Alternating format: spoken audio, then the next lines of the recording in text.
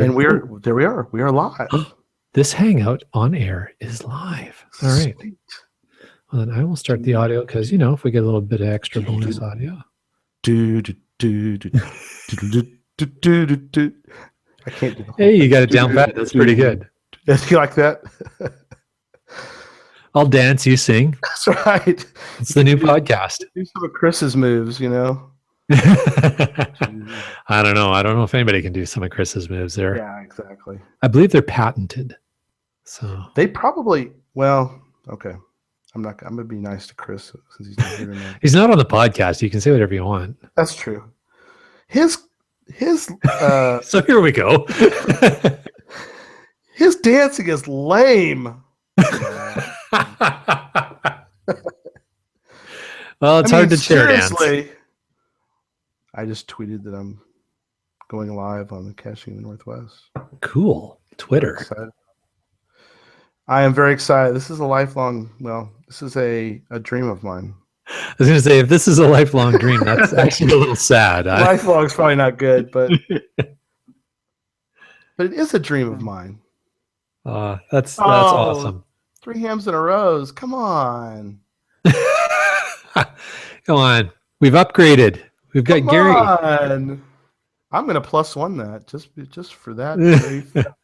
I can't +1. I was going to say you can't +1. I can't do that. I can't if I'm not on the show. See, you're so used to being a peer with 3 hams in a row. See, 3 hams in a row. I always +1 your stuff. I always do it. Not tonight. Not tonight. Fine. All right.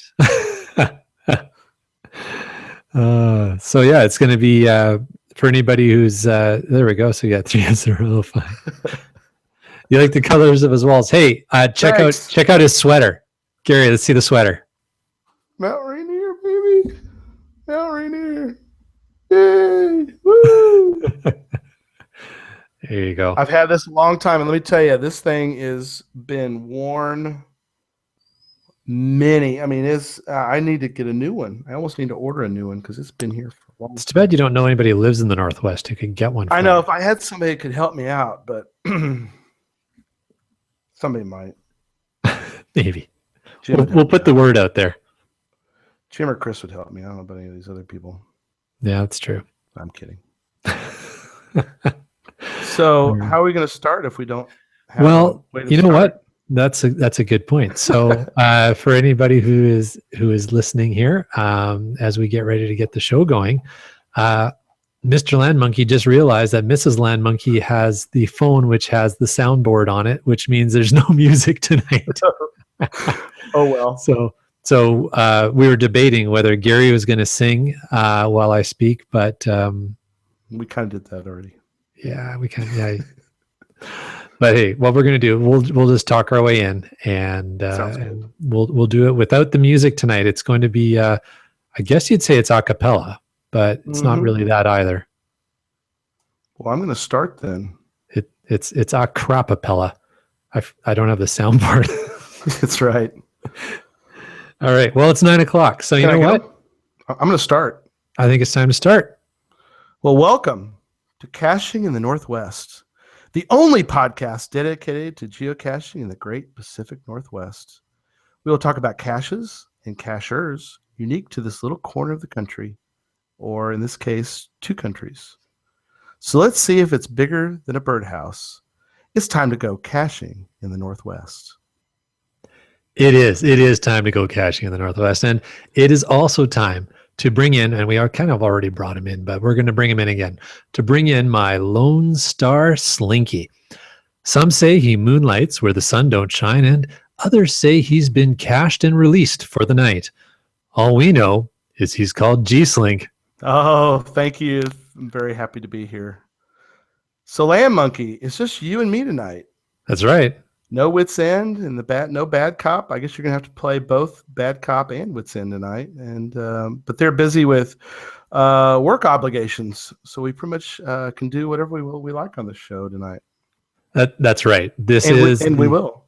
This is the G-Slink and Land Monkey show tonight. This is not Caching in the Northwest. This is the G-Slink and Land Monkey show. Yeah, absolutely. I love it. All right. Perfect. And it is great to have you here tonight, Gary. And you're right. Regular listeners will know that in the past, when I have been left alone in charge of this podcast, something crazy always happens. So, no pressure, Gary, but It'll be okay. There's a bar that we have to live up to tonight. We're going to have to figure out a way to do that. Yes. Well, we've got to stay true to Caching in the Northwest. So, listeners, as you may already know by now, these guys have instituted a new segment. Yeah, it's been around for a little bit now, and I love it. Not new anymore, but yeah, no, it's still fairly new, but I love it. It's called Glow, or for those that don't know, it's Geocaching Log of the Week, where we feature a log entry on a geocache that brings a glow to a cache owner's face. We want to help encourage everyone to up their logging from mere TFTCs. Oh my gosh, don't get me started. And challenge you to create the next glow to be featured on our show. And here's how we go. Well done. Very well done. And it is. I just see 3 hams and a roses thrown out that it is the Slinky Monkey Show. And that is definitely what it is tonight. Perfect. I like it. All right. And indeed, this week, we would like to ask my new co-host to read our glow submission that we have. And I have to say, ever since we started this segment, I personally also, as the bad cop always says, I also have been striving to write more creative logs. And, it's funny because I also try and balance it with not being overly enthusiastic with my writing, because you got to try and have a balance in there somewhere. You do have 4,000 characters to work with, but it doesn't mean you have to use them all. Absolutely. So that said, speaking of using all 4,000 characters, yes, this glow I think hit the 4,000 character mark. All right, why don't you go for it, buddy? All right, here we go. This is from Limax. Gentlemen, I don't know why you used that tonight, but continuing with my glow logs on the machine caches, here's the second one I found. I found these caches in hiding order, and this one has since been archived. Interesting, which is too bad. But here's the next log in my saga against the machine.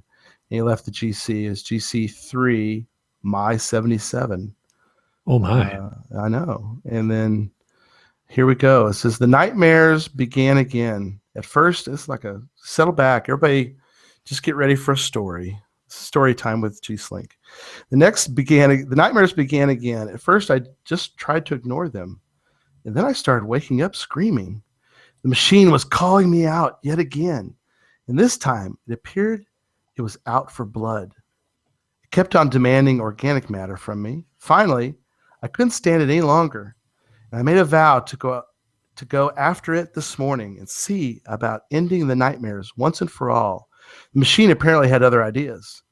My morning quickly dwindled to nothing, and I could not make the trip out for several hours. I finally made the trip, and I put tin foil around my car's GPSR so that the machine could not mess with it again. I found myself parked at the trailhead quite soon and made my tenuous way toward my fate. After a few hours of traveling down a wrong path, my handheld GPSR finally settled down. I had more in tin foil in my pocket, and I made my way to the machine. As I neared it, I found myself slipping, and I hurtled toward a giant cliff. Crying with alarm, I scrambled. He put scrabbled. I think he means scrambled for a handhold and managed to grab onto a dandelion that was growing right by the edge of the cliff. Breathing hard, I climbed my way back to where the machine lay. I finally reached its hiding place, out of breath and hands and knees bloody from climbing back up using dandelion roots, sharp leaves and rocks, and the occasional clod of dirt. I entered the passcode to get into the machine and was presented with yet another puzzle. I started crying again because I had no idea where this machine wanted. I finally found a pattern and followed it, and to my dismay, or maybe surprise, I solved it on my first try. However, that euphoria was short-lived, or short-lived, depending on what part of the world you're in. It appears that I'm now destined to become a drone in its army. I copied the coordinates it gave me and limped toward them, stumbling again against the slippery ground. I soon found a pyre that looked ripe for picking and found the container soon afterward. Sobbing with relief, I took the medallion therein as proof of my success and left another medallion for the next person who's foolhardily enough to stumble upon the machine and its malevolent plan. After replacing the pyre, I made the long ascent back toward my vehicle and hoped that this new development wouldn't cause any lost sleep. Wow, that is quite the log, I got to say. That's a lot, wasn't it? That is, but it's a great story. And obviously, it sounds like, I don't know, my guess is an Arduino, maybe? I don't know. It sounds like. Yeah. Sounds pretty cool. All right. Well, we're going to talk about tonight. We are going to talk about it. We are going to talk, and we are absolutely. We're going to talk about caches that step it up a little bit, and that sounds like that must have been one of those caches that steps it up a bit there. Yeah. That's awesome. So, hey, before we get into talking about geocaches, do we have any news this week? We do. We had a big one, as you know, come out. I guess it was yesterday, wasn't it? That we got the actual full press release, and I'm sure everybody, at least we're all talking about it down here. I know you guys up there in the Northwest are talking about it too. But press release, yes, came from geocaching.com's official group about the official app, and I'm going to read a portion of that. Get my voice again. Greetings from Geocaching HQ. We'd like to give you a heads up on some news we're announcing this week to geocaching.com members. As we continue to add advanced tools to the Geocaching Intro app, no longer called the Geocaching Intro app, but he's referring to that. The app has now officially outgrown its name. We're now renaming it the Geocaching app. Registered trademark. I thought that was interesting too. I guess they got it registered. So, there you go. I don't know. Do we have to give them money if we mention the word geocaching? I think we do. Yeah, I don't know what the TM. Or do we have TM on the end of it? but it's not TM, it's R. That's right. It's a registered TM, I guess. An app we made for premium members. Anyway, so to differentiate the older paid app from the new Geocaching R app, we have changed the paid app name to Geocaching Classic. Do you remember the days? You're old enough now to remember this. You remember the New Coke and Classic Coke? Oh yeah. Yes. That went over really well. Yeah, well, that's what I was thinking with the Geocaching Classic. You know, it's like the new app and the old app. But and I think from now on, because they're insisting on putting the registered trademark symbol in there, that to me it's the Geocachinger app. Is this kind of like a GIF? Yeah, this is exactly like GIF. Says our goal to eliminate the confusion created by the existence of two apps. I don't know how they're stopping the confusion there by creating a single geocaching experience that can serve as a simple introduction to the game and unlock the full geocaching experience with premium membership. With the new geocaching, or how would you call it? Geocachinger app. We'll be saying that all the time now. Only all of us on the show are going to laugh at it. Well, yeah, what's going to be funny is on Sunday when you say that and Michael looks at you like you're insane. Yeah, I'm going to call it that. I am going to call it that geocaching year, and he's going to go, what the heck is going on? Players will have all the features and experienced geocacher needs, such as live search, message center, trackables, and more recently, geocaching lists. Oh, boy.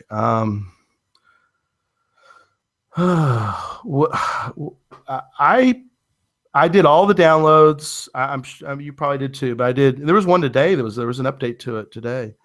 I did all the updates to it, and I've pulled it up and tried it. And I'll be honest with you, I am not a fan yet of this app.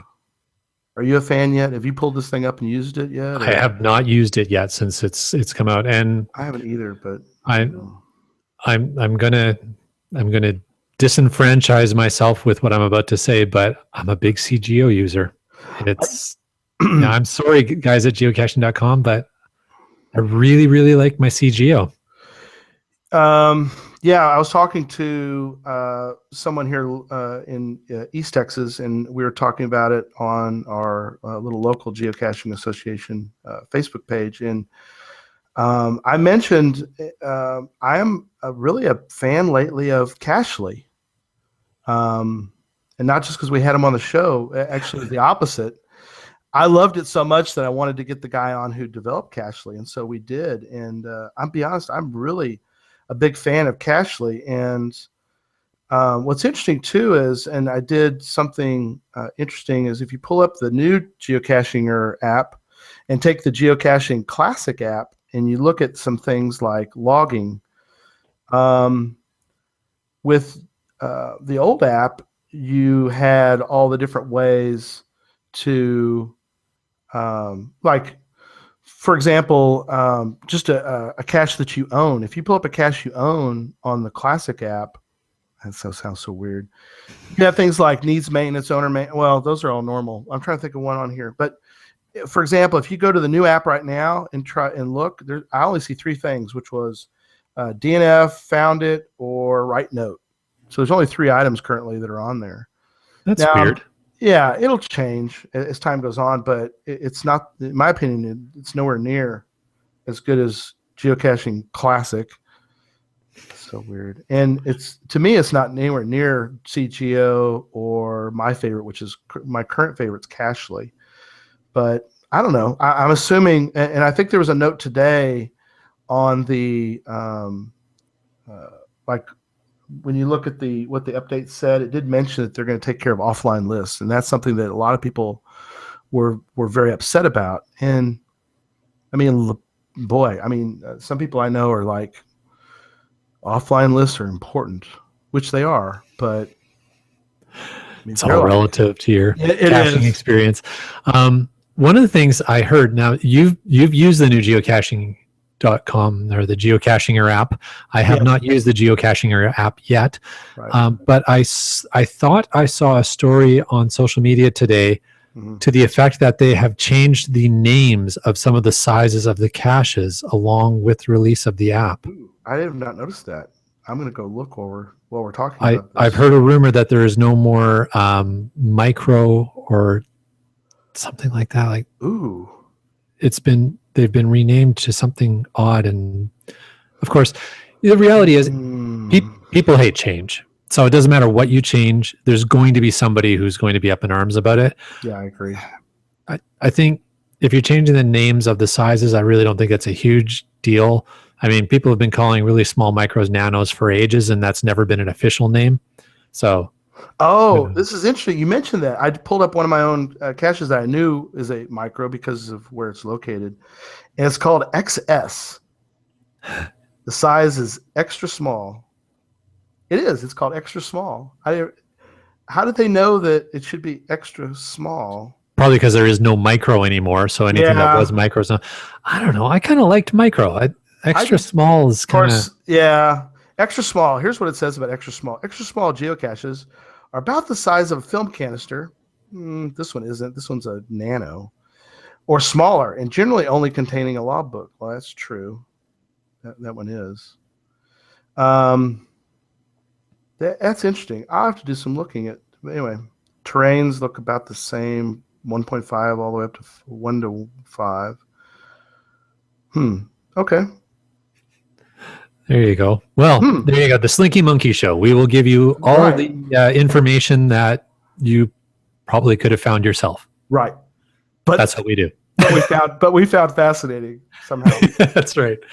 So just looking in the Q&A here, we've got a little bit of Q&A from B Pendragon, who says, so I got a new GPS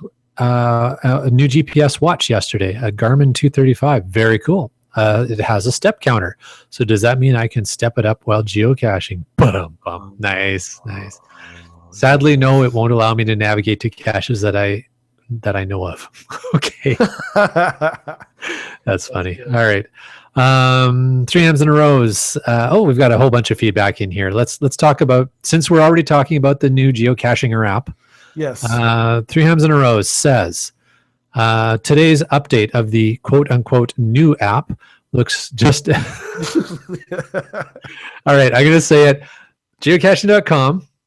We would love to have you as sponsors of the show. What I'm about to say is feedback. This is not what I have to say, but there you go. The new app looks just as useless as the old free version. So there you go. That is 3 Hums in a Rose's opinion. That is perfectly fine to have that opinion. All right. What else have we got here? 3 Hams in a Row says, hey, that's true. I see XS now. So yes, agreeing with you. G-Slink there on that. And Brylang chimes in with, I have a feeling XS, in parentheses micro, and medium, which was regular, will be replaced with the original terms. Oh, okay. I think that I think Brylang saying that they'll probably go back because there'll be enough resistance to. Yeah, I mean, like they've gone with like. Oh, sorry. Go ahead. No, I was going to say, do you remember in the intro app where they called XS in the intro app? Maybe it's just a carryover. You know what I mean? Maybe it's. I never used the intro app. Oh, so you're saying maybe it's some sort of programmatic thing that they've just. Could be, but I mean, I look at sizes like extra small, small, medium, large. It's. I get from a marketing perspective, you're going with. Sorry, I just saw what White Coaster put in and I laughed.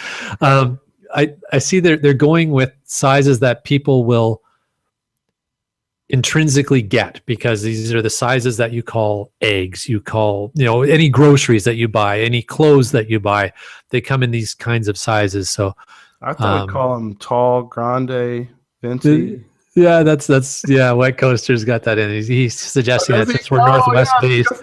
I didn't even see his comment. We thought, oh, that's funny. Gary, we think alike. We think very much alike. All Gary's. That's right. White Coaster's right. We were thinking the same way. That's funny. All right. And B Pendragon just wants to let us know that when we call it the geocaching app, we're okay because our podcast it's fair use. We're review and educational purposes. There you go. Great. That's awesome. All right. Lots of fun, you guys. It's a great Q&A. Keep it coming, guys. It always makes it a much more fun show. All right. So moving on from the geocaching app. Yep. Story, a little more of a heavy story, but it's a good reminder. The Burnaby, that's a town up here in British Columbia, a city up here in British Columbia. The RCMP, Royal Canadian Mounted Police in Burnaby, have created a task force following a number of sexual assaults that have happened in some parks up here. It's not good at all. It's this one was on a trail. This last one was on a trail near SFU. For those who aren't familiar with the area, it's a Simon Fraser University sits on the top of Burnaby Mountain. There's lots of great trails and caches in the area. So it's really sad to hear that. Are they pretty secluded areas, you think? It's a heavily wooded area, so yeah, there are lots of secluded. So you got to be careful in those kind of areas. You do, and you should never go out caching by yourself. You should never, you should always make sure that you're being safe and let people know where you're going and all that kind of stuff. But fortunately, this last case was interrupted by a good Samaritan who left prior to the police arriving on the scene. But man, five linked incidents in similar areas. That's not cool. So folks, be careful out there. Make sure you're using all reasonable precautions. And as we always say, cache safely and cache often. Yeah, very true. All right. I'm just going to jump back into the Q&A just a little bit here. We've got B Pendragon chimes in again. It says, Wet Coaster, is that hot venti or iced venti? At Starbucks, those are actually slightly different sizes. So, how about that? I never knew that. B Pendragon would know. He was a barista. So. Oh, okay. There you go. The things you learn about the listeners of the show. I know. I never thought about that. I've ordered both before. We actually have in our little tiny town a Starbucks. Wow. Yeah, in little Greenville, Texas, there's a Starbucks. You're on the map now, buddy. Well, we're getting some other stores, other items too in our little town. But yeah, we're thrilled. We've had it for a while now, but we need more good coffee places around here. But that's another story for another day. Yep, there you go. All right, and wow, Q&A is super active. Tell you what, why don't we just clear out a few more items here in the Q&A? We'll blast through them, and then we'll get back into our show notes here. Sure. All right. So 3 M's in a row says that the first assault was 200 meters from his house. That is very scary. That's terrible. Especially when you have kids, and well, even if regardless, it's scary. It's not cool. Bad. Dora Moore says that a friend of hers was second on the scene of the last event. It was midday on a well-used trail. So yeah, folks, Oh, wow. if you're going to go caching in Burnaby, just until the RCMP get this sorted out, just be safe, folks. All right. Brian Lang says he almost always goes caching out on his own. Well, I mean, we do that. A lot of sadly, people do that. yeah. I mean, he's probably a little more safer than probably a woman by herself. I mean, I agree. It is sad case, and you're right. But even as a guy as could get mugged or something. I mean, he could get robbed. that, or you could have an accident. You could hurt yourself. Yeah, that's true. So You want to at least have people know we're out. Susan and I pretty much always go. Slinky Mom and I always go caching together, and I never cache by myself. But anyway. I do sometimes, but I'm usually periscoping so people know where I am. Yeah. What are you doing in the middle of town? That's a little different. Awesome. All right. Searching in your dress pants and everything. Suit caching, I call that. Yes. All right. And the last, I'm sorry, Brady, I don't know your geocaching name off the top of my head, but Brady Marshall, the only reason I have the geocaching app, and not the geocachinger, but I guess that's what you have now, installed is because of the message function. I use CGO, and a lot of people. That's actually the only reason I have it installed, is because of the messaging function. But right. It's cool. Mm-hmm. All right, you guys, that's been awesome. Lots of Q&A. Keep it coming. Yep. We love it. And speaking of all of that, over to you, sir. Yes. So let's talk about our maybe our geocaching adventures this week. Did you have any this week?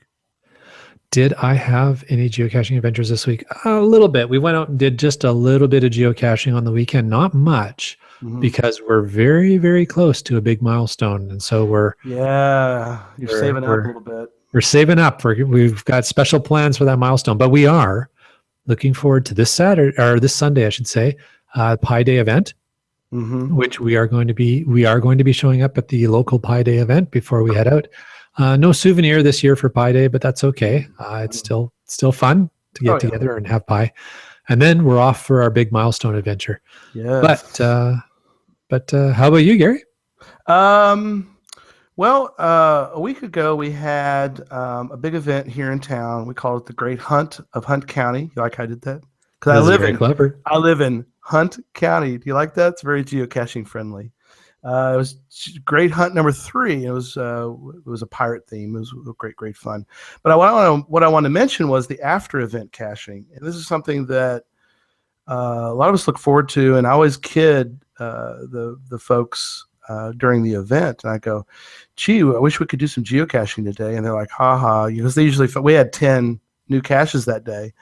And so, of course, I'm like, hey, let's go find a geocache. I haven't found any today yet, because it was the Leap Day weekend. And so, they kind of look at me and, yeah, you're so funny. I know you haven't found a cache yet. Yes, we know.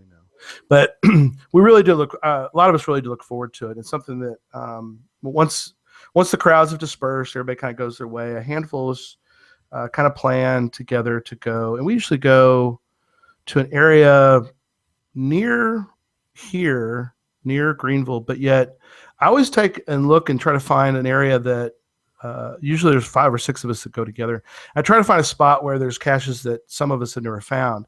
One of the folks that goes with us, TP conductor, he was a railroad conductor, and he's retired, so he finds a lot of caches. And so it's kind of tricky, but once in a while, and I did find an area where he had not found any caches. And so we drove down to it. We have a ball. We really do have a good time together. We we were at one area. It was a cemetery, and there were 2 multi-caches. And so we sort of, it was kind of weird. We just sort of naturally split up our little group, and one group was looking for one multi-cache, and we were kind of looking for the other, just kind of get some of the little few of the stages done. And we kept ribbing the other group, like, are y'all done with those stages? Come on, what's going on? Well, one of the groups finished, but they weren't done. So like I said, we have a really good time. We're kind of jawing back and forth. And so I went over there, And these guys are really good geocachers, and I'm not as good as they are. But I actually saw, except for this one time, I walked over there because it's like, come on, you guys not find the cache? What's going on here? And I got lucky. I walked over. I looked a little out of the radius of where they were looking, and I saw it. And at least what we do down here, and I don't know if y'all do up in the Northwest, we use the old hucklebuckle. So I walked over nearer to them, and I hollered that we've got us a hucklebuckle. And so they laughed and gave me a hard time about it. But and then they all found it. It took a while. But the after-event caching for us is such a great time. And then afterwards, we'll go eat barbecue. I don't know about you guys up there, but we go eat barbecue. That's our thing. Sounds pretty good. Yeah. So a lot of barbecue places around here. Anyway, so I encourage, and especially if somebody has an event, that person doesn't get to, if they're placing the caches, they're not going to get to do any geocaching until you take them to an after event because they place the caches. They can't find them. So it's a good point. Yeah. It's a good point. So it sounds like you had a great time, though. We did. We had a great time. Awesome. So you and Slink and Mama go and place most of those caches then for the Great Hunt? We did. We've done a few different hunts, and like I said, we got lucky at our Greenville Sports Park. I own all the caches out there, and so about once a year I'll refresh it, and we'll have an event around. It's a big area. It's really large, and it's got partial woods. It's got softball / baseball fields, and something that Jay and I were talking about before the show is that something that's unique about Texas that I don't think maybe some of y'all up there are familiar with is that we don't have a lot of areas around, even anywhere in Texas, that are not private, that haven't already been fenced. Everything in Texas is fenced, no trespassing, private property, other than maybe a few places in West Texas. Even West Texas has a lot of fences, a lot of barbed wire. I don't know what happened to this state, but anyway. We do have some good parks. But parks and cemeteries are really, especially around Greenville, we don't have a lot of areas that are just trails, I guess so it is a unique geocaching experience down here. So we don't have those good areas like you do up there. We envy you guys. Well, the grass is always greener, right? I mean, there's always something different. And that's one of the things I love about geocaching and traveling when we geocache is because everywhere you go, the experience is a little bit different because there's just a different type of caching. Mm-hmm. Yeah, keeps it interesting, makes it fun. And on that note, I see 3 Hams in a Row has posted in the Q&A.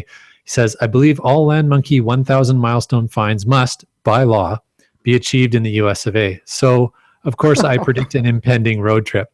Well, you're close. 3 Hams in a Row. You're close. It's the rule is every 1,000 milestones up to 10,000 when we get there eventually have to be found in a unique state or province. So there's a bit of tolerance there. They don't all have to be in the US of A. It's just that it's a lot easier to get to a different state than it is to get to a different province. Yeah. Provinces are really big. I mean, you can't drive to Newfoundland from where you are, right? Oh, you could. You could. Just depends how long you want to be in the car. I don't know if Dora Moore is going to drive to Newfoundland this summer. She might. She's been talking about it. But yeah, so there you go. 3 Hams in a Row. You're right on that. What else have we got here? Oh, BMARS 7391. There you go. So that's the caching name for the previous for Brady. Good. So thank you for reminding me of that. BMARS 7391. I apologize for not remembering that. All right. What else have we got? Oh, Dora Moore. One of the more popular comments in the Q&A. Dora Moore suggests that we all, and not just Land Monkey, but everybody, remember to spring ahead on Sunday. Turn your clocks ahead 1 hour, or you'll be late, and you may not get any pie. Oh, that'd be bad. Did you know this little known fact? And this show is great to provide me the history of various things. That's why I like listening to this show every week. And that is, did you know this, Jay, that parts of the world, they spring forward 30 minutes. I did not know that as a fact. I know that we actually, well, speaking of Newfoundland, as we did before, their time zone is off by half an hour instead of an hour. So I'm not surprised to hear that, but that's interesting. Or they go ahead 90 minutes. I may be incorrect on that, but they do it on they have to do a weird half-hour deal. And that there is a situation where you could actually be, that there's actually part of the world that would be in 3 different days because of that whole leap, not leap day, I'm sorry. Let me back up. Because of daylight savings time changes.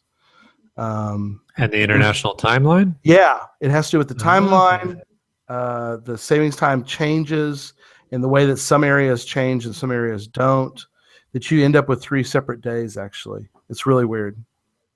Yeah. That would be interesting to find out where that is. That's fascinating. Somewhere in the middle of the Pacific, I think. Let's put the challenge out for Wits End. We want to know by next episode, where is that? Absolutely. And what point in time is that? But actually, all right. 3 days. So, Wet Coaster, man, Q&A is hot tonight. This is awesome. Wet Coaster, going back to our earlier topic about caching by yourself, he says, I used to cache by myself a lot, but since my wife has been bitten by the caching bug, I am rarely alone. That's great. It is so awesome when your partner or your spouse wants to cache with you. That just makes it so much better. Yep. Dora Moore says that they are flying to Newfoundland. They are no fools. that is a long drive from BC, so that's a good call. And Wet Coaster chimes in again, says not in Saskatchewan, talking about the time change. Yes. Not in Saskatchewan. They don't know how to change their clocks. I think they'll probably figure that part out. But all right, so we're slamming Dog River. Is Saskatchewan sort of is that where people make fun of, like in Texas, we make fun of people in Oklahoma, although my son's in Oklahoma, so I don't really make as much fun as I used to. But is that like British Columbia, people make fun of Saskatchewan?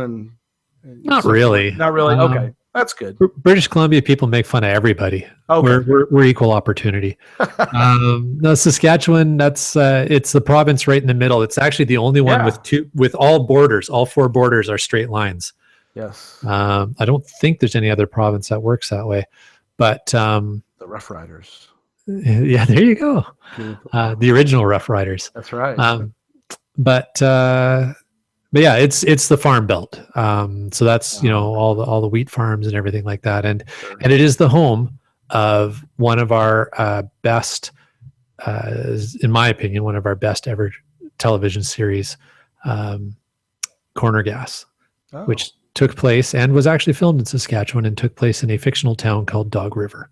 Oh, okay. That's why you mentioned Dog River. Oh, that's why I mentioned Dog River. So I'm learning so much tonight. It's awesome. Yeah, there's always lots of useless trivia on this show, that's for sure.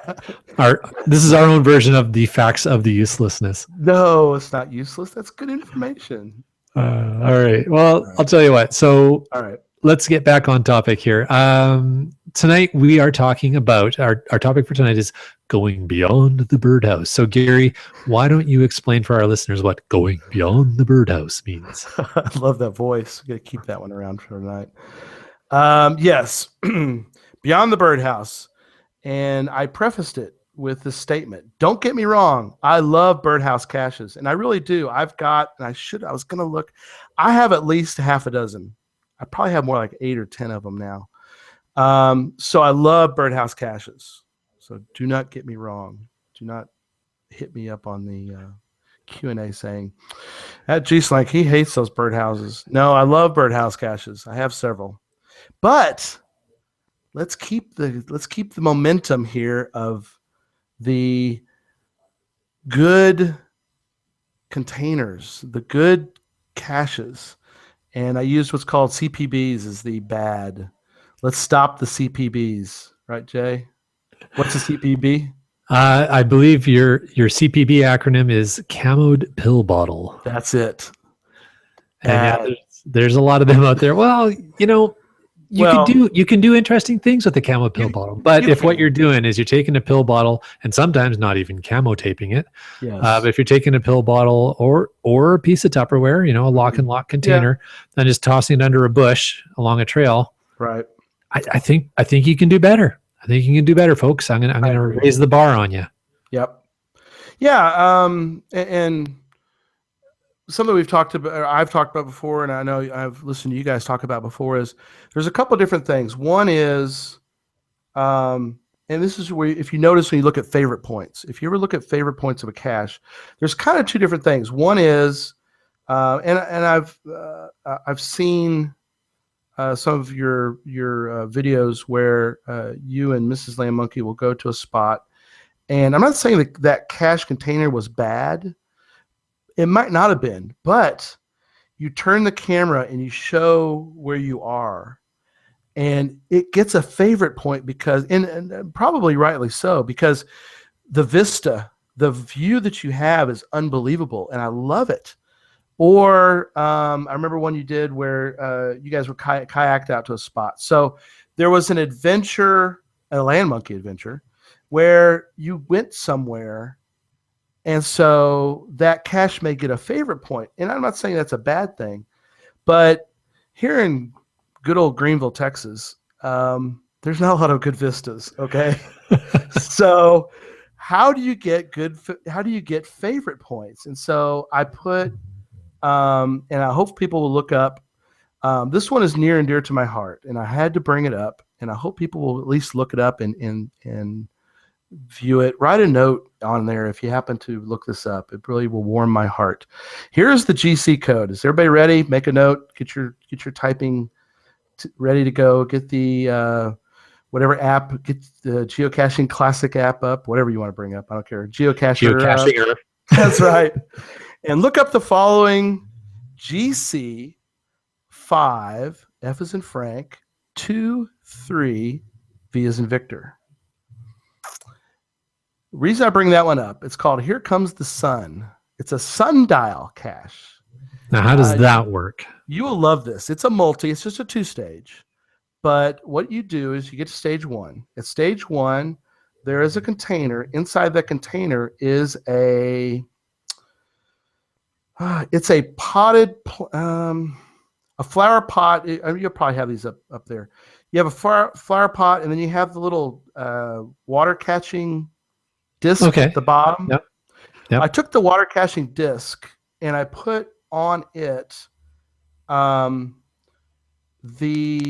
geocaching logo, which the four colors, and I put in there a gnomon, which is for those that are familiar with a sundial, it's the little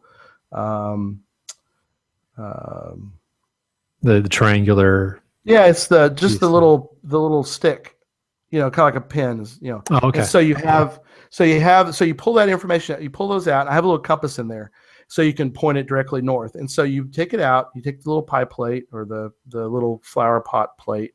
You take the little gnomon, which is just a little wooden stick. You place it in the center.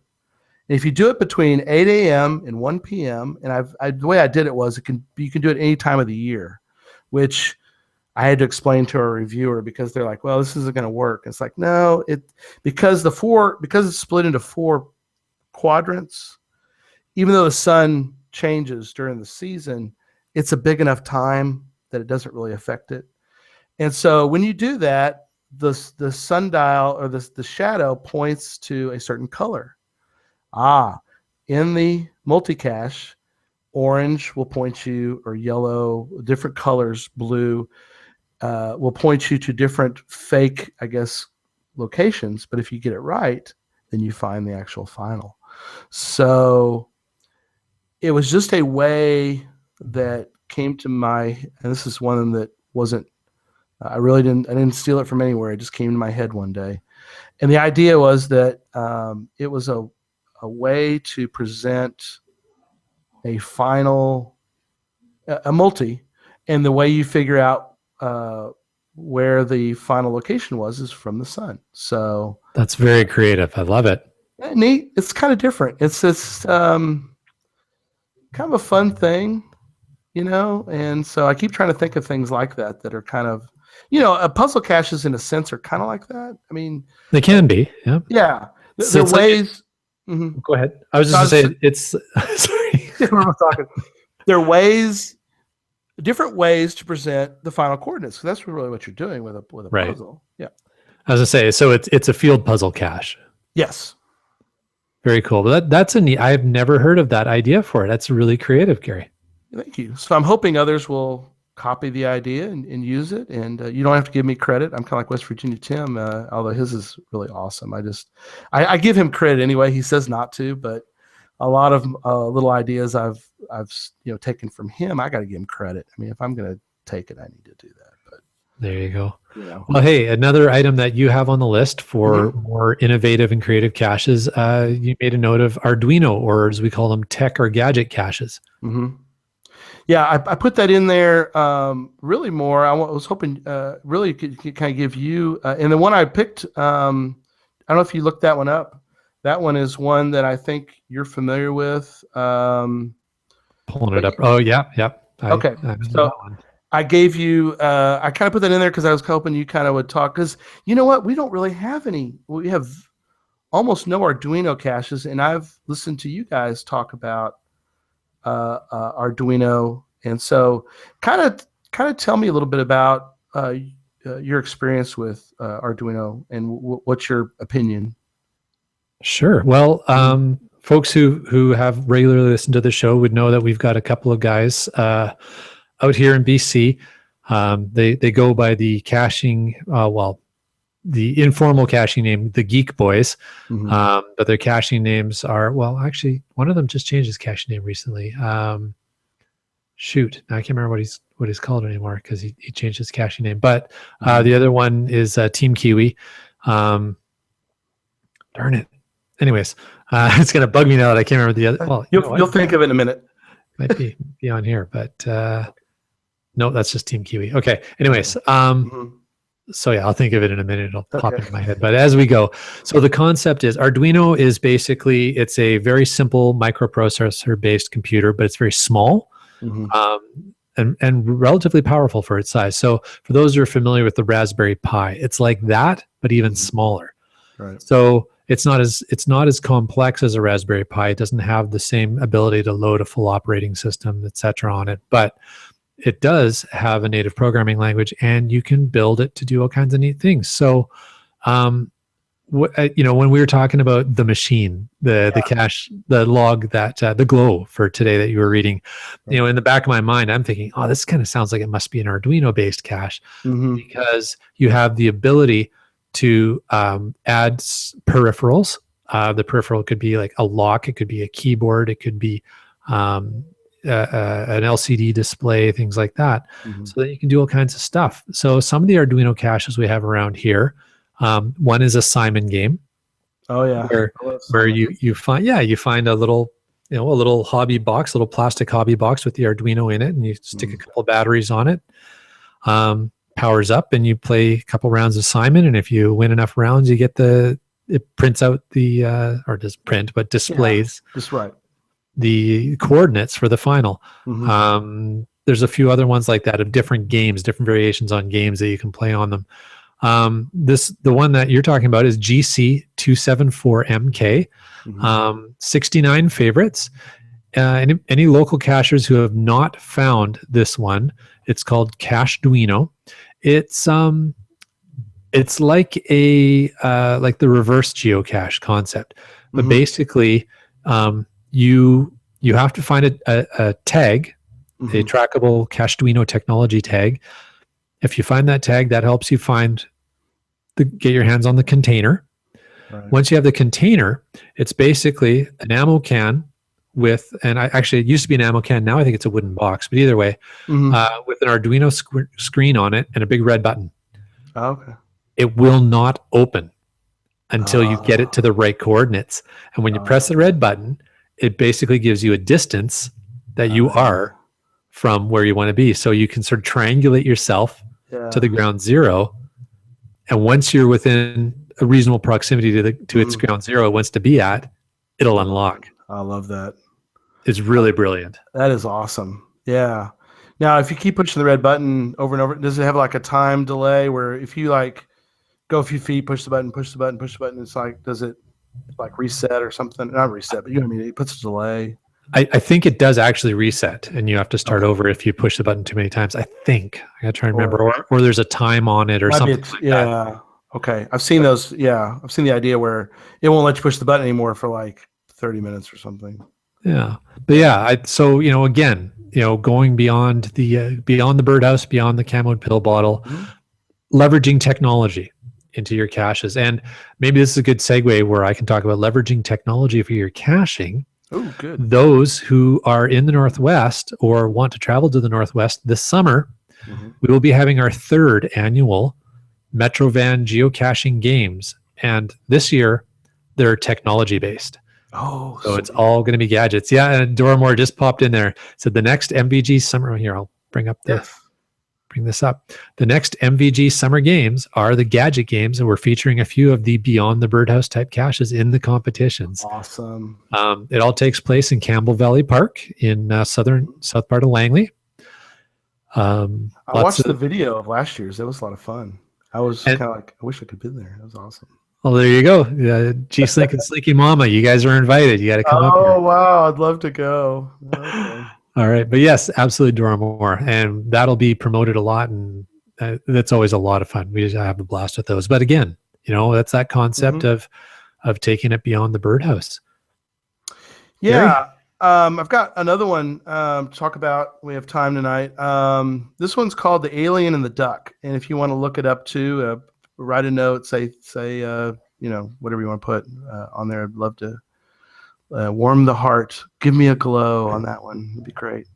It's called GC5, T as in Tom, M as in Mary, 0, J as in J, as in J-A-Y.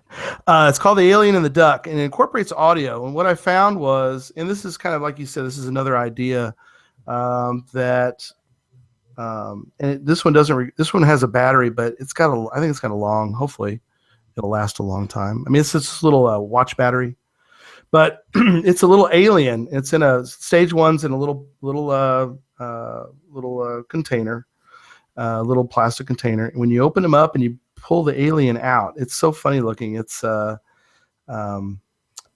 got 3 legs and it's got a smiley face. It's really kind of a cool looking little alien, but it's got a little sensor. So any kind of movement in front of him, and he has a 10-second recorded message.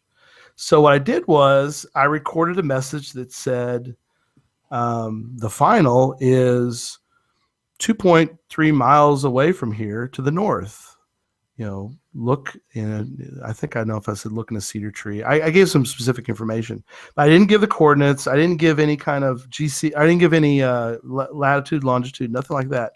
It was just a basic kind of, it's so many miles to the north of here. And of course it's on a highway. So you basically drive 2.3 miles, and then you pull over and you kind of look around, and I think I did say cedar tree. So 2.3 miles to the north of that stage one, there's a lone cedar tree, and so you can then find the cache from there. So the idea though is the same. It's incorporating audio. It's battery. So I think it'll last a while because it doesn't have to be turned on or off. It does have an on or off. It does, yeah. I had to fix the record button, and I've had it over recorded a couple times. I put a little do not touch this button, but people do anyway. It's no big deal. I just reset it. But another one, I don't have them in here, and I'll just mention real quickly, was a talkie tape. I don't know if you've ever seen these. Sometimes you'll see them on the end of a balloon.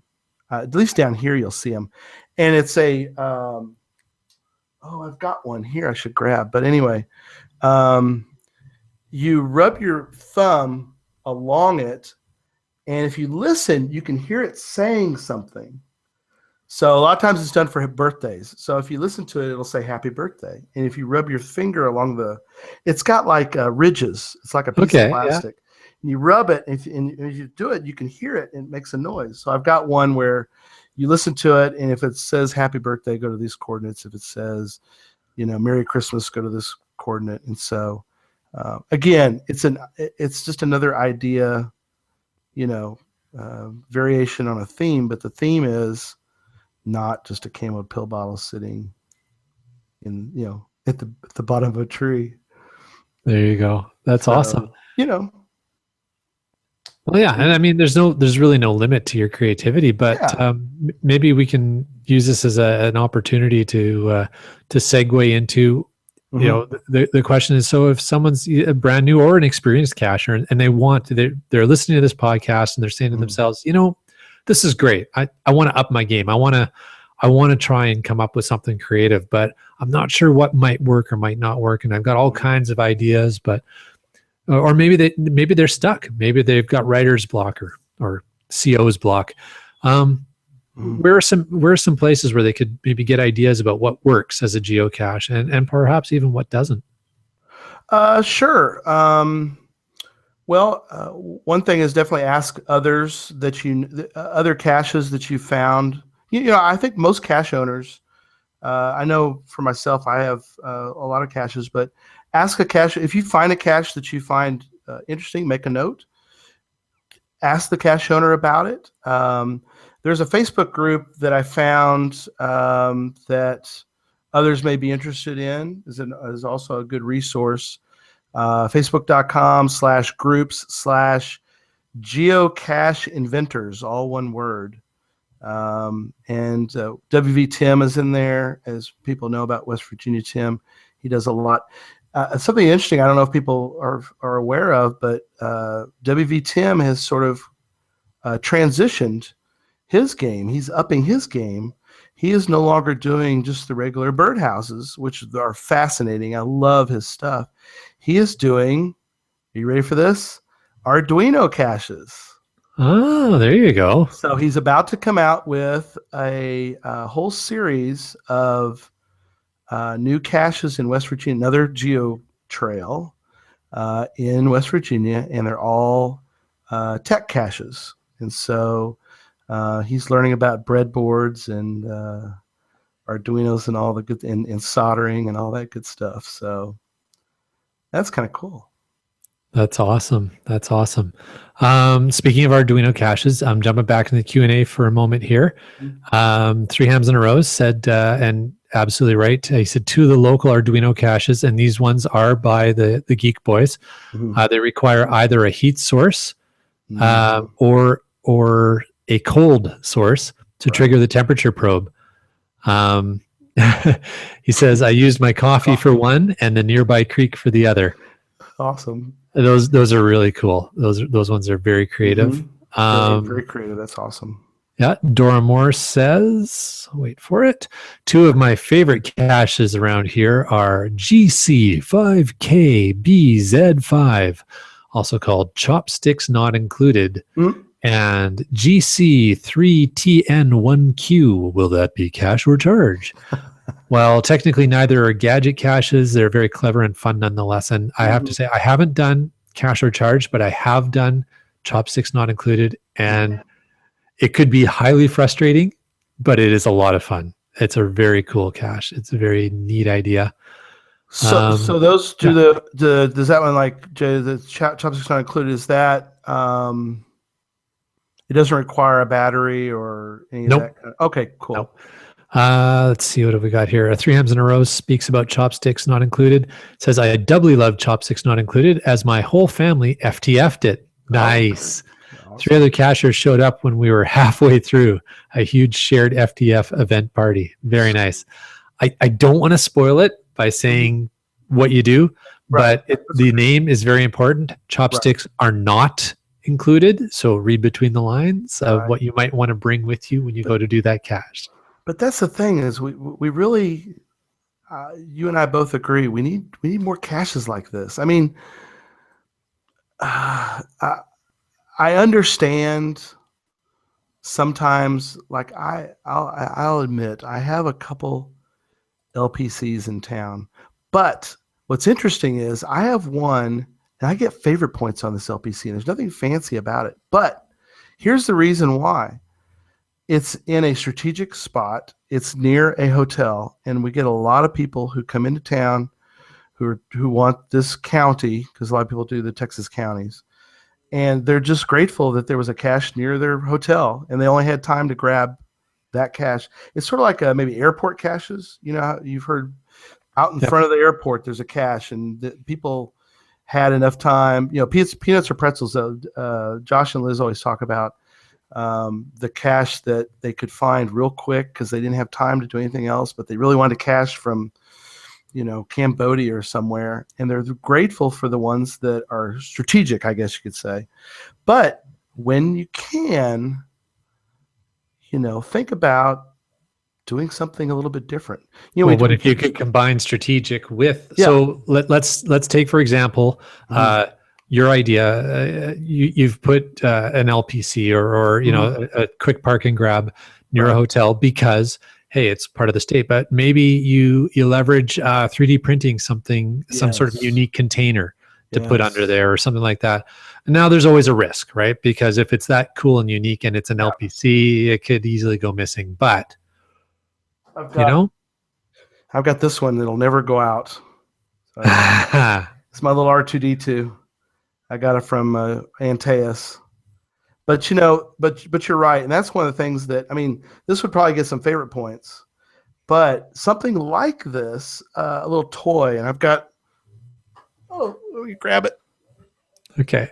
I've got I got a couple here that I think would be perfect, and it's exactly what you're talking about.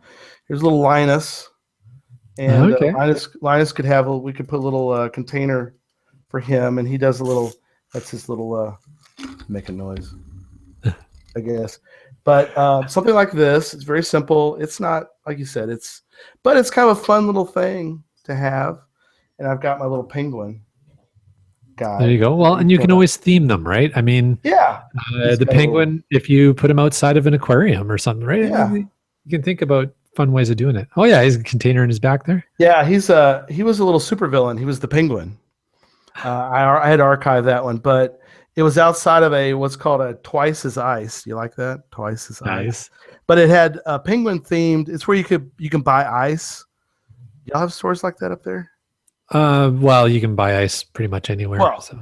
I don't know why people. Well, these are like big time. Like you can get them, but you can get ice by the gallon. You know, like a specialty ice store. That's specialty ice stores. Yes, we have those. I know it's strange, but yeah, we got weird stuff up here. So on the topic of gadget caches, as we were talking about before, just to jump back to the Q&A. IHAM says that we cannot, and he's absolutely right, cannot forget the great gadget caches in the Northwest by Goblin Dust. Oh, sweet. Does he have kind of West WV Tim type, or are they different? They're more tech gadget caches. And he's a legend in the Northwest. Not only for that, but he also has put on some amazing events. My understanding is he's going to do another one. Basically, they have some tall ships during the summer up in the Northwest, north of Seattle area. And one of them is sort of pirate themed. So he actually has a pirate themed event where you have to pay some money for it, but you can go have a geocaching event as pirates on a pirate ship. Oh, sweet. Now, that's not the one Bad Cop was talking about, right? It is the same one. Yeah. Okay, cool. Oh, great. All right. What else have we got here? Wet Coaster says, in Edmonton, I found 2 3D printed cryptic puzzle caches, puzzle cache containers, both under lamp skirts. One didn't last long. And I think that's the risk you run. You have to be prepared for that. But man, as a cache finder, that's so much better when you find stuff like that. Oh, absolutely. Dora Morris says Day Springs caches in Seattle are fantastic too. Absolutely. I've found a lot of that CO's caches have been copied in other places I've been to, and that's great. You know, I think this is what you were talking about before, Gary. Yeah. It's okay to copy a cache. If it's innovative and fun and creative, there's going to be a lot of people who maybe never even heard of or find the original. Yep. No, I agree. And that, I know Dayspring, we talk about WV Tim. Well, he actually has worked with some with Dayspring, used some of his Dayspring's ideas. So, Right. yeah. Lastly, I think you had a question here I think was interesting Oh, to finish up with. You said archiving a birdhouse cache, but building a replacement. Always reluctant to let the space go because the odds of it getting filled with an average caching experience are so high.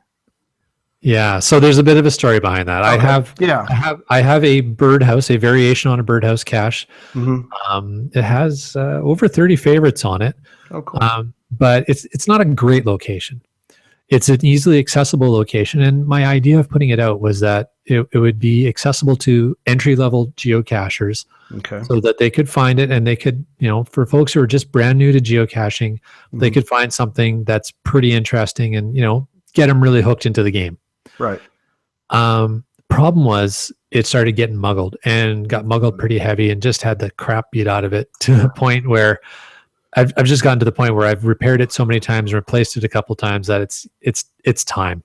Okay. So I'm gonna archive it. So it's disabled right now. The physical box is sitting outside my front door. What's left of it. Right. But I know I have to, but I'm reticent to archive it without putting something else out. It's just I dread that I archive it, the space frees up, and another bison tube gets hung in a cedar tree. Or, it's like, come on, guys. I gave you some space. Do something innovative. Do you know of anyone in the area that you would want to allow to adopt it? So adopt the space, right? Yeah. Well, they would adopt your cache. But or you could work it it out with them. Maybe you could have them go ahead and place a new cache, get it ready to go, and then y'all could kind of coordinate archiving or talk to your reviewer and say, we're going to work out archiving, and something like that maybe would be a good idea. Yeah. Yeah, I think you're right. I think that's a good angle on that.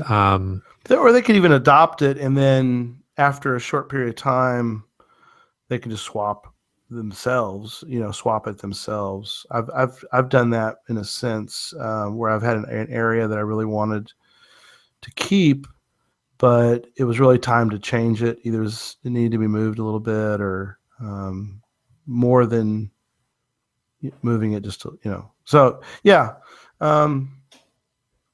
I know what you're saying, though. You just don't want to see.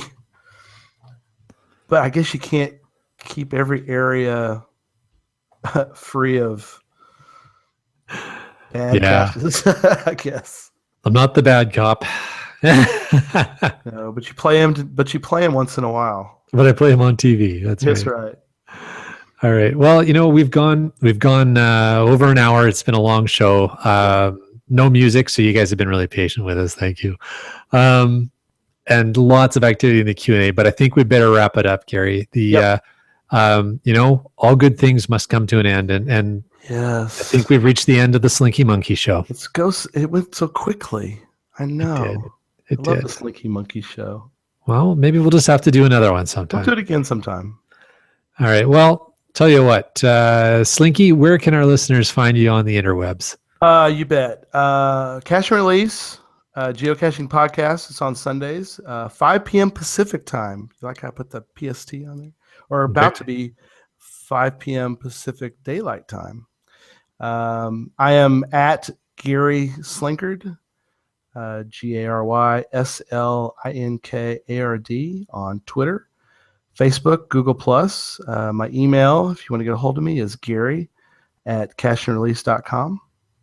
So definitely get in touch with me and let me know. I'm G Slink and Slinky Mama on geocaching, and it's with an ampersand. So G Slink ampersand Slinky Mama. That's Susan's geocaching name, and we just put them together. So we're sort of in a sense Team G Slink, but we go by with that name. So very cool, very cool. Well, it has been an absolute pleasure to have you on the show tonight. It has been a lot of fun. It's been a great conversation.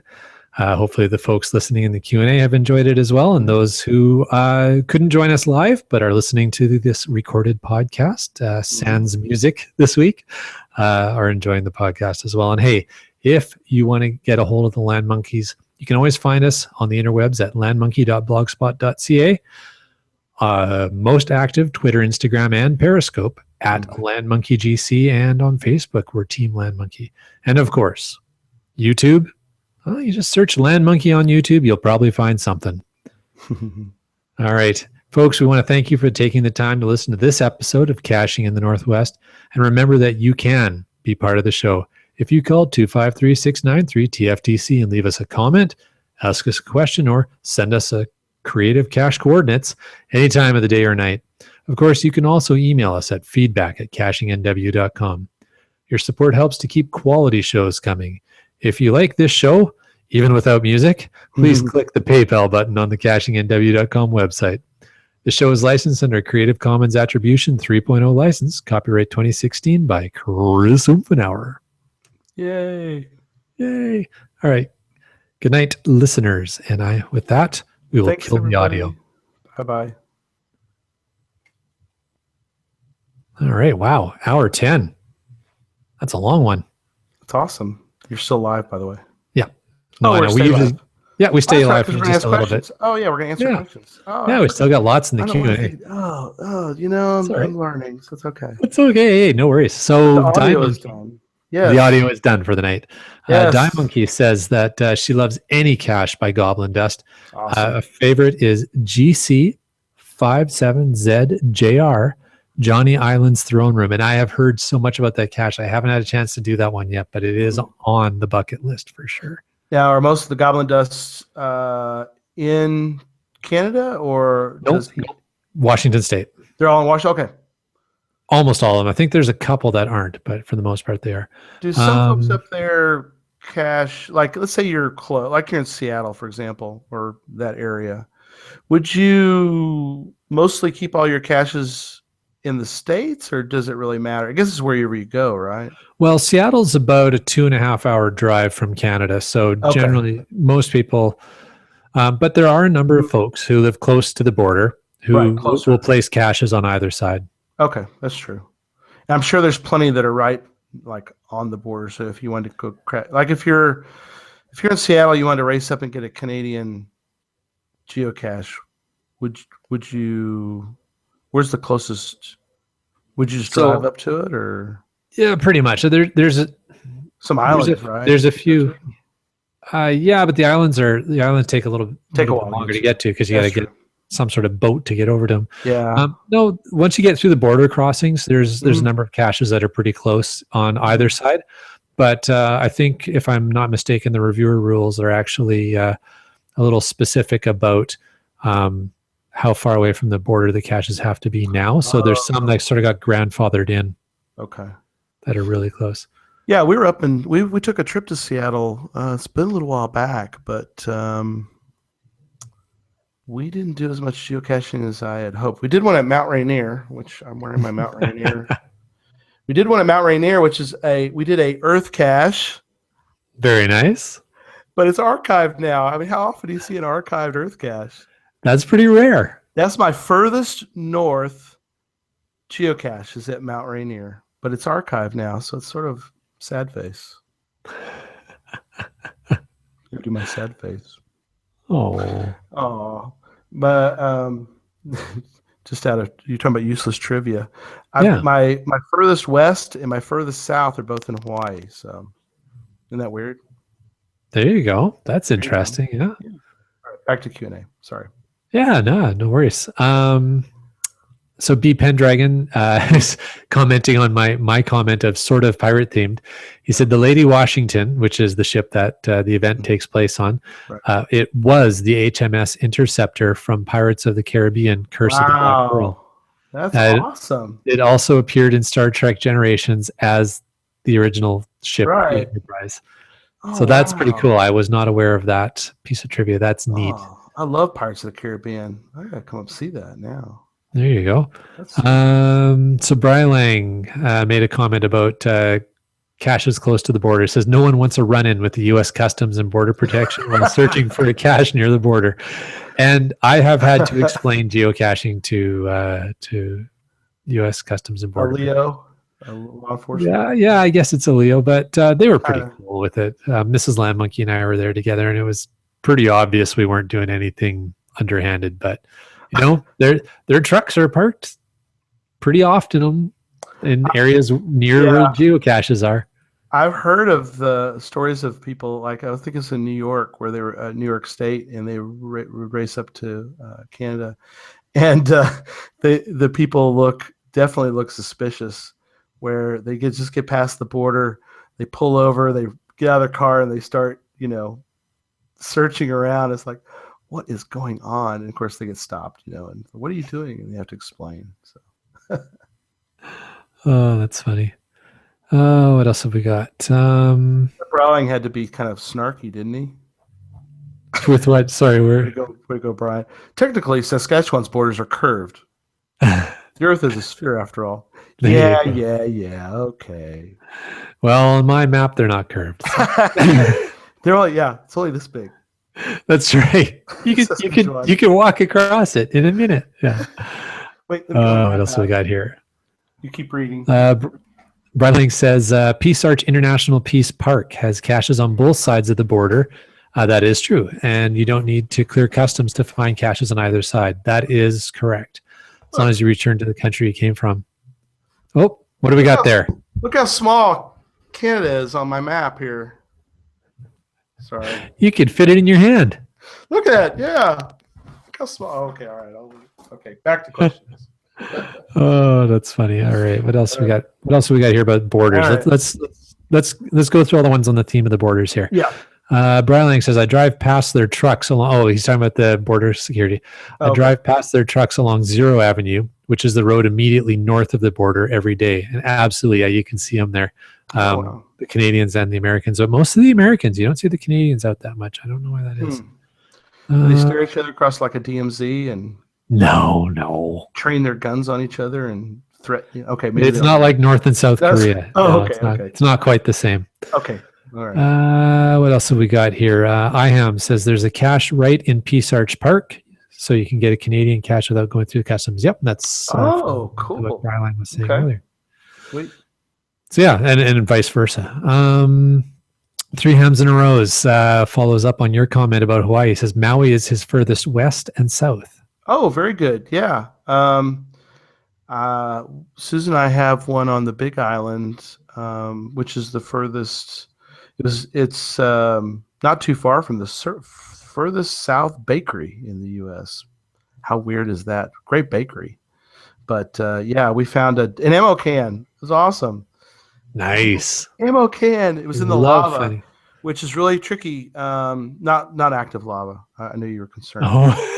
It's an area that had lava. It has lava, but the lava is now very jagged and rough, especially if you're not wearing the proper shoes. Right. But we found an ammo can there. And then the furthest west for us was actually on Kauai at a lighthouse, near the lighthouse, which is kind of cool. So that is cool. Yeah, we haven't cached in Hawaii yet, so our furthest west is on Vancouver Island. Oh, okay, sure. Near the west coast of Vancouver Island. You may find your furthest east cache soon, right? Without giving any more. No, our furthest east. No, our furthest east cache is actually in Germany. So, or is that your furthest west? No, that's our furthest east because it's not across the international. Okay, that's what I was wondering. Or not the? You mean the Greenwich? Yeah. You knew what I meant there. White Coaster says that his furthest west and south are both in Hawaii as well. It must be a Gary thing. It is. Us Garys are cool. There you go. What else have we got going on? Brian Lang's got some links for the stuff that we were talking about. Thank you, Brian Lang. IHAM asks if what do we got? Oh, first of all, he says those Canucks are just too darn polite. We like everybody to think that, so that's good. That's working well. Oh, see, it would be really good up there. Yeah. IHAM says he asks if the other two hosts are at the Toby Mac concert tonight. All right. I bet they wish they were, but no, they're working tonight. They have the fundraising auction at work tonight, so Okay. that's what they're busy doing. I love Toby Mac, by the way. I'm a fan. Yeah, I enjoy the Toby Mac. I haven't been to a Toby Mac concert. That'd be a kick, though. Yeah. Oh yeah, it'd be great, eh? Yeah. Okay, I'll stop doing my very bad Canadian accent. Okay, that's all right. You know what's funny is that I didn't even notice. It just sounded normal to me. That's awesome. We gotta get you to do a little southern, little twang. Oh, I don't know. Get your I'd get in barbecue. a lot of trouble. Okay. All right. Dora Moore says her furthest west is on Vancouver Island, but her furthest east is in Japan. Wow, that is awesome. That is very cool. Yeah. All right. What else have we got here? B Pendragon provides us some more trivia for tonight on the topic of daylight savings time. Yep. Arizona doesn't change, but the Navajo Reservation does, and the Hopi Reservation follows Arizona. Both Navajo and the Hopi nations have exclaves in the other, meaning that in about 100 miles or 160 kilometers, you have 7 clock changes during daylight savings time. That's hilarious. There's a video that I watched on YouTube that talks about daylight saving. That's where I found that thing where it talks about the three. You can be in 3 different days. Gotcha. Well, you can't be in 3. There are 3 different days going on. Is I guess a better way to put it. You can't be in all 3 days. I don't know if you could work it out, but anyway, it talks. That's where I found that idea of the half hours. Oh, so weird. Can you imagine? It's hard enough to keep track of, if you're close to a break in in a time zone. How weird, right? That would be weird. Mm-hmm. All right. Well, it has been a long night. I know it's really late for you, so we've got one more question out of the Q&A I'm going to throw out tonight. That comes from Brylang, and the question is, how come you guys didn't discuss your beers tonight?